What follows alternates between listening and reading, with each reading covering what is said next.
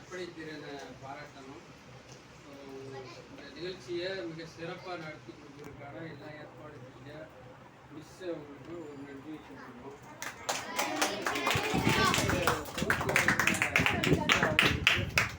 சாரா அவர்களுக்கு ஒரு நன்றி. எல்லாரும் ஒவ்வொரு கருத்துக்களை சொன்னீங்க. அம்பேத்கர் வந்து படிக்கிற காலத்தில் வந்து ரொம்ப கஷ்டப்பட்டு படித்தவர். அதாவது அந்த காலத்தில் வந்து தீண்டாமைன்னு ஒன்று இருக்குது. என்னன்னா ஒருத்தரை தொடக்கூடாது. நீ வந்து என்னைய தொடக்கூடாது, நான் உன்னைய தொடக்கூடாது, ஒரு தண்ணியை குடிக்கக்கூடாது. கிளாஸில் வந்து அவர் வந்து வீட்டில் இருந்தே ஒரு சாக்கு எடுத்துருப்போம். சாக்குன்னா தெரியுமா? அதை போட்டு தனியாக உட்காந்துக்கணும். ஆளுங்களுக்கு சேர்த்து உட்கார முடியாது, ஓரமாக தான் உட்காரணும். அப்படியெல்லாம் கஷ்டப்பட்டு படித்தவர் தான் இந்த நாட்டுக்கேவும் சட்டத்தை எழுதுகிறவரை படிக்கிறார். சட்டத்தை எழுதுகிறவரை படிக்கணும்னா அவர் அவரை எதிர்த்து தேர்ந்தெடுத்தாங்க. அவர் படிச்சிருந்ததுனால தேர்ந்தெடுத்தாங்க. அப்போ நீங்களாம் வந்து படிக்கணும், உங்கள் தகுதியை வளர்த்துக்கணும். அவர் வந்து ஃபஸ்ட் மார்க் எடுத்தவரெல்லாம் கிடையாது. படிப்பில் அவர் ஆவரேஜ் ஸ்டூடெண்ட் தான். என்ன அதனால் நம்மளாம் படிப்பே இல்லையே, நம்ம ஃபஸ்ட் மார்க் வரலையே, அதனால் நம்மளாம் அவரை மாதிரி வர முடியுமா நினைக்கூடாது. உங்கள் வீட்டு கஷ்டத்தை, உங்களோட அப்பா அம்மா எப்படியெல்லாம் கஷ்டப்படுறாங்க அதெல்லாம் பார்த்து நமக்கு கல்வி தான் முக்கியங்கிறத வந்து மனசில் வச்சுக்கணும். விளையாடுறது நேரம் விளையாடணும், படிப்பில் வந்து கவனமாக இருக்கணும். உங்கள் பேரண்ட்ஸ் எல்லாம் அவங்க வேலை பார்க்குற இடத்துல எவ்வளோ கஷ்டப்படுவாங்க, எவ்வளோ அவமானப்படுவாங்க, எவ்வளோ மன சங்கடப்படுவாங்க, எவ்வளோ வேலை வாழ்க்கையில் எவ்வளோ ரத்தம் சுமன்றதெல்லாம் மனசில் வச்சு படிக்கிறதுல வந்து உங்கள் கவனத்தை செலுத்தணும். விளையாட்டு அது விளையாட்டுன்னு தனி பீரியடு ஒதுக்குவாங்க. கொஞ்ச நேரம் விளையாடணும், மற்ற நேரம் கல்வி படிக்கணும். படிப்பு ஒன்று தான் உங்களை உயர்த்தும். படித்தவங்க மட்டும்தான் மேலே போக முடியும். படிக்காதவங்களும் மூட்டை சமைக்கிறாங்க, ரோட்டில் ஏதாவது கடிச்ச வேலையை செய்கிறாங்க, அவங்க கஷ்டப்படுறாங்க. கஷ்டமெல்லாம் இல்லாமல் ஈஸியான வேலை, அதிக சம்பளம் அப்படி கிடைக்கணும்னு நீங்கள் நினச்சிங்கன்னா படிக்கணும். அதனால அவர் தன்னுடைய தத்துவங்களை முதல்ல வந்து படி அப்படின்னு வச்சார். படி ஒன்று சரி போராடுகிறது. முதல்ல என்ன சொன்னார்? படினா ரெண்டு எழுத்தை நம்மளால் கடைப்பிடிக்க முடியலைன்னா தமிழில் 234 எழுத்தை நம்ம எப்படி கடைப்பிடிக்கணும்? அதனால் வந்து வாழ்க்கையில் முன்னேறணும். இப்போ உங்களுக்கு எத்தனை பேர் ஸ்காலர்ஷிப் கிடைக்கும்? படிக்கிற காலத்தில் ஸ்காலர்ஷிப்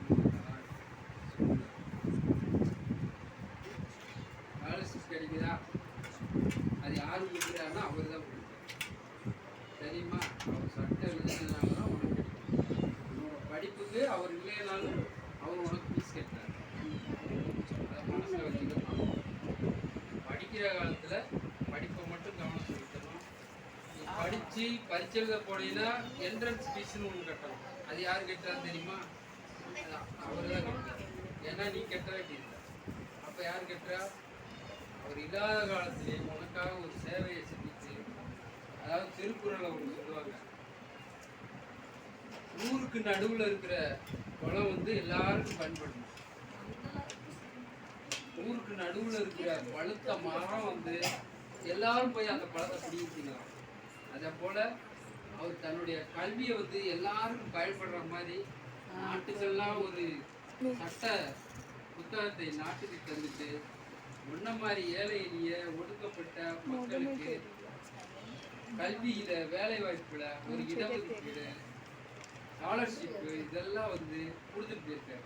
அதெல்லாம் நம்ம எடுத்து எப்படி ஊரணி தண்ணியை எல்லாரும் எடுத்து பயன்படுத்துவாங்களோ, எப்படி பொதுவில் இப்போ பார்க்கில் ஒரு பழமரம் இருந்தால் எல்லாரும் பிடிக்குமோ, அது மாதிரி எல்லாரும் எப்படி பிடிக்க திங்கிறோமோ அது மாதிரி அவருடைய கல்வி எல்லாருக்கும் கொடுத்துட்டு போயிருக்காரு. அதை நம்ம பயன்படுத்திக்கணும். பேரண்ட்ஸுக்கு நல்ல பேர் வாங்கிட்டோம்னா நீ நல்லா படிக்கணும். நல்லா படிக்கணும்னா ஒன்றும் இல்லை, உங்ககிட்ட என்ன திறமை இருக்கோ அதை வளர்த்துக்கணும். அவர் வந்து ஃபஸ்ட் மார்க் எடுத்தவர் கிடையாது சொன்னால, அதனால் ஃபஸ்ட் மார்க் நம்ம எடுக்கல, அதனால் படிப்பில் முன்னேற முடியாது நினைக்கல. உங்களால் என்ன முடியுமோ அதை தொடர்ந்து செஞ்சுக்கிட்டே இருக்கு. ஆனால் தான் படிக்கிறீங்கன்னு தொடர்ந்து படிச்சுட்டே இருக்கு. முதல்ல ஆனாலும் தொடங்கி தான் எல்லா படிப்பும் வரும். இப்போ ஆனான்னா சின்ன இதுன்னு நினைச்சிருக்காரு. தொடக்க புள்ளி ஆணும். அது மாதிரி ஒன்றாப்பிலேருந்து தான் காலேஜ் போக முடியும். அவர் படித்த படிப்பு ரொம்ப எழுதவே முடியாது பேருக்கு முன்னாடி, அவ்வளோ படிப்பு. எதுக்காக படித்தார்? படிக்க முடியாதுன்னு அன்னைக்கு சொன்னாங்க. நீ படிக்கக்கூடாதுன்னு சொன்னாங்க. ஏன் படிக்கக்கூடாதுன்னு கேட்டால் உனக்கு படிப்பு வராதுன்னாங்க.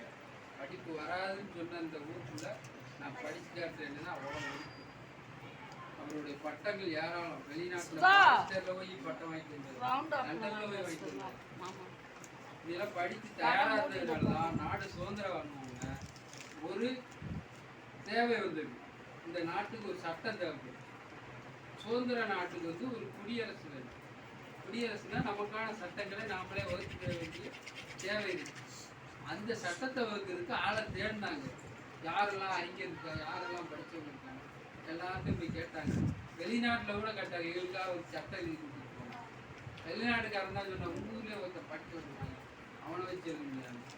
அது யாருன்னு கேட்டவன்னா அம்பேத்கர். அப்போ நம்ம வந்து ஒரு பெரிய முதலாளியாகணும், பெரிய கம்பெனிக்கு மேனேஜராகணும்னா முதல் கல்வி தகுதி நமக்கு இருக்கணும். படித்து படிப்பை தகுதியாக வச்சுருந்தாங்கன்னா உங்களை தேடி அதெல்லாம் வரும். அதே மாதிரி தான் அம்பேத்கரை தேடி இந்த சட்ட பொறுப்பு போகுது. அதுக்கு முன்னாடி இப்போ 8 உங்கள் அப்பா அம்மாலாம் நிறுவனங்களில் வேலை பார்க்குறவங்க, கம்பெனிகளில் வேலைக்கு போகிறவங்க அப்பா யார், அதாவது கம்பெனி தொழிற்சாலை யாருமே இல்லையா? என்ன வேலைக்கு போகிறாங்க? இல்லையா, சொந்த தொழில். கம்பெனிக்கு போகிறவங்க, கம்பெனி அங்கெல்லாம் எத்தனை மணிக்கு போயிட்டு எத்தனை மணிக்கு வராது? அதுக்கு என்ன காரணம் தெரியுமா? அவர் தொழிலாளர் அமைச்சராக இருக்கையில் ஒரு வேலை பார்க்குறவங்க 8 மணி நேரம் தான் வேலை. அதுக்கு மேலே நீ வேலை வாங்கினீங்கன்னா அதுக்கு தனியாக சம்பளம் கொடுக்கணும் அப்படின்னு ஒரு சட்டம் இருக்கு. 8 மணி நேரம் வேலை, வேலைக்கேற்ற ஊதியம், லீவு போட்டால் சம்பளம் கொடுக்கணும், லீவு நாளில் வேலை வாங்கினா சம்பளம் கொடுக்கணும், அவனுக்கு ஒரு இப்போ நோயினா அவனுக்கு வைத்தியம் பார்க்கணும், அவனுக்கு சிற்றுண்டி கொடுக்கணும். இதெல்லாம் வந்து சட்டமாக்கிட்டு இருக்காரு. இதெல்லாம் யாருக்கு இங்கே எந்த கம்பெனியும் அவனா வழியெல்லாம் கொடுக்கல. சட்டமாக்கப்பட்டதுனால சட்டத்துக்கு பயந்து அவங்களாம் செய்கிறாங்க. அப்போ நாம் வந்து அவர் மாதிரி வராட்டாலும் அவரை விட வர்றதுக்கு கூட வாய்ப்பு இருக்குது. அது நம்ம வந்து கல்வியை முதல் ஆயுதமாகணும். அடிப்படை ஆயுதம் வந்து கல்வி தான். கல்வி இருந்தால் எதையும் சாதிக்கலாம். கல்வி இருந்தால் எங்கேயும் போகலாம். இங்கிலீஷ் படித்தா வெளிநாட்டில் போய் வேலை பார்க்கலாம், தமிழ் படித்தா தமிழ்நாட்டுக்குள்ளே பார்க்கலாம், ஹிந்தி படித்தா வட மாநிலத்துக்கு மட்டும் போக முடியும், இங்கிலீஷ் படித்தா வெளிநாட்டுக்கு போகலாம். அப்போ நம்ம இங்கிலீஷையும் தமிழ் தாய்மொழி தமிழவும் நல்லா பேசுகிற அளவுக்கு, ஆங்கிலத்தை உரையாடுற அளவுக்கு படிக்கணும். தமிழ் இலக்கியங்களை நிறையா படிக்கணும். அவர் வந்து சட்டத்தை மட்டும் படிக்கலை, வீட்டில் சொந்தமாக நூலகம் வச்சுருந்தார். அதில் 56,000 புத்தகங்களை வச்சுருந்தார். அவர் சொத்து சேர்த்தது என்னன்னா புத்தகங்களை சேர்த்து வந்துட்டார். வெட்டி வெட்டியாக சேர்த்து 56,000 நூல்களை வச்சுருக்கார். அவ்வளவும் படிச்சுருக்கார். அவர் சாகும்போது கூட படிச்சுக்கிட்டே மார்பில் புத்தகத்தை வச்ச மணிக்கு தான் இருந்தார். அப்போ அந்த அளவுக்கு அவர் வந்து புத்தகங்களை தேடிக்கிட்டே இருந்திருக்காரு. படிக்க படிக்கத்தான் அறிவு வளரும். திருக்குறளில் ஒரு இது இருக்குல்ல, மனத்தேடி மணலை தோண்ட தோண்ட தண்ணி வர்றது மாதிரி படிக்க படிக்கத்தான் அறிவு வளரும்.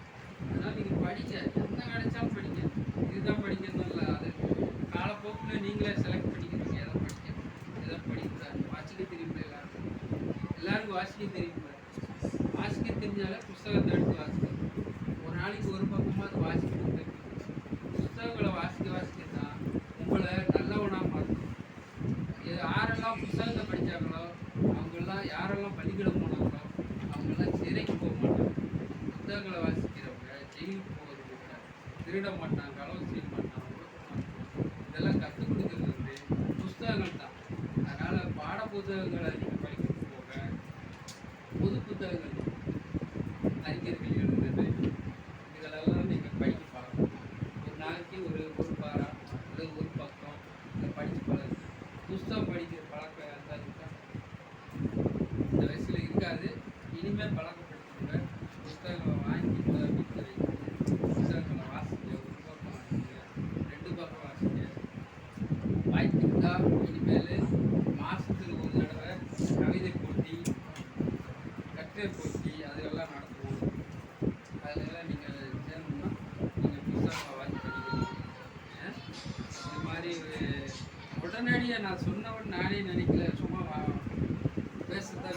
உடனே ஒரு நாடகத்தை எழுதி அதை டைரக்ட் பண்ணி அதை படித்து சூப்பராக இருந்துச்சு. உண்மையிலேயும் மனிதர்களுக்கு தேவை வந்து கிரியேட்டிவிட்டி தான் முக்கியம். ஒரு கண்டுபிடிப்பு எப்படி உருவாகுது, நம்ம இப்போ ஈஸியாக அந்த உட்காந்து பேனை போட்டு லைட்டை போட்டு உட்காந்து ஒருத்தர் வந்து சிந்திச்சுக்கிட்டே இருந்திருக்கான். ஏன் இதை சுத்த விட்டா காற்று வருமா, அப்படி லைட் போட்டால் வருமா சிந்திச்சு இதெல்லாம் உருவாச்சு.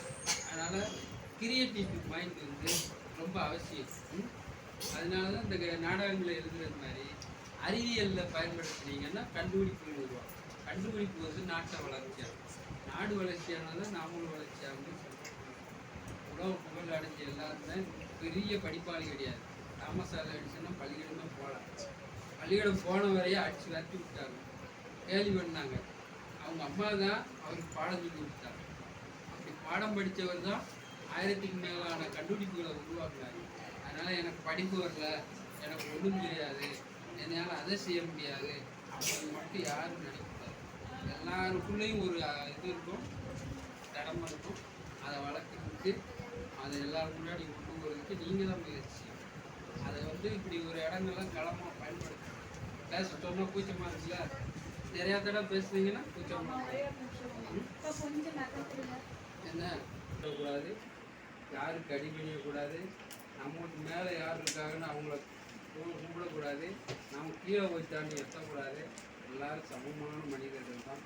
எல்லாரும் மனுஷனை நேசிக்கணும், அன்பாக இருக்கணும், யாரையும் எதிரியாக பார்க்கக்கூடாது, யார்கிட்டையும் விரோதம் வச்சுக்கக்கூடாது. நல்லவங்களை வாழ்க்கை மென்மேல் வளர்ச்சி இருக்கணும். அவன் பெரியவன் இவன் சின்னவங்களெல்லாம் இருக்கக்கூடாது. எல்லாரும் கல்வியில் தான் பெரிய ஆளாக இருக்கணும். படித்து மேலே இருக்கிறவங்க பெரிய ஆளாக இருக்கணும்.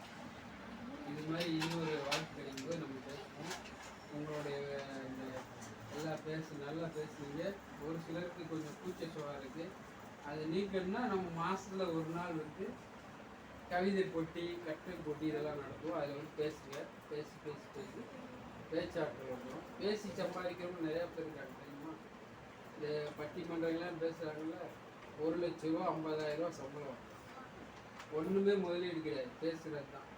அதுக்கு என்ன செய்யணும்? புத்தகங்களை வாசிக்கணும். வாசித்து 4 விஷயங்களை தெரிஞ்சு வச்சுட்டு பேசி பழகு. நிறையா துறைகள் இருக்குது.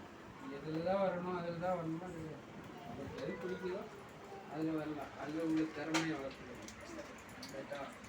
எல்லாம் விளையாடுறதுக்கு மகிழ்ச்சி, பேசுறதுக்கு மகிழ்ச்சி.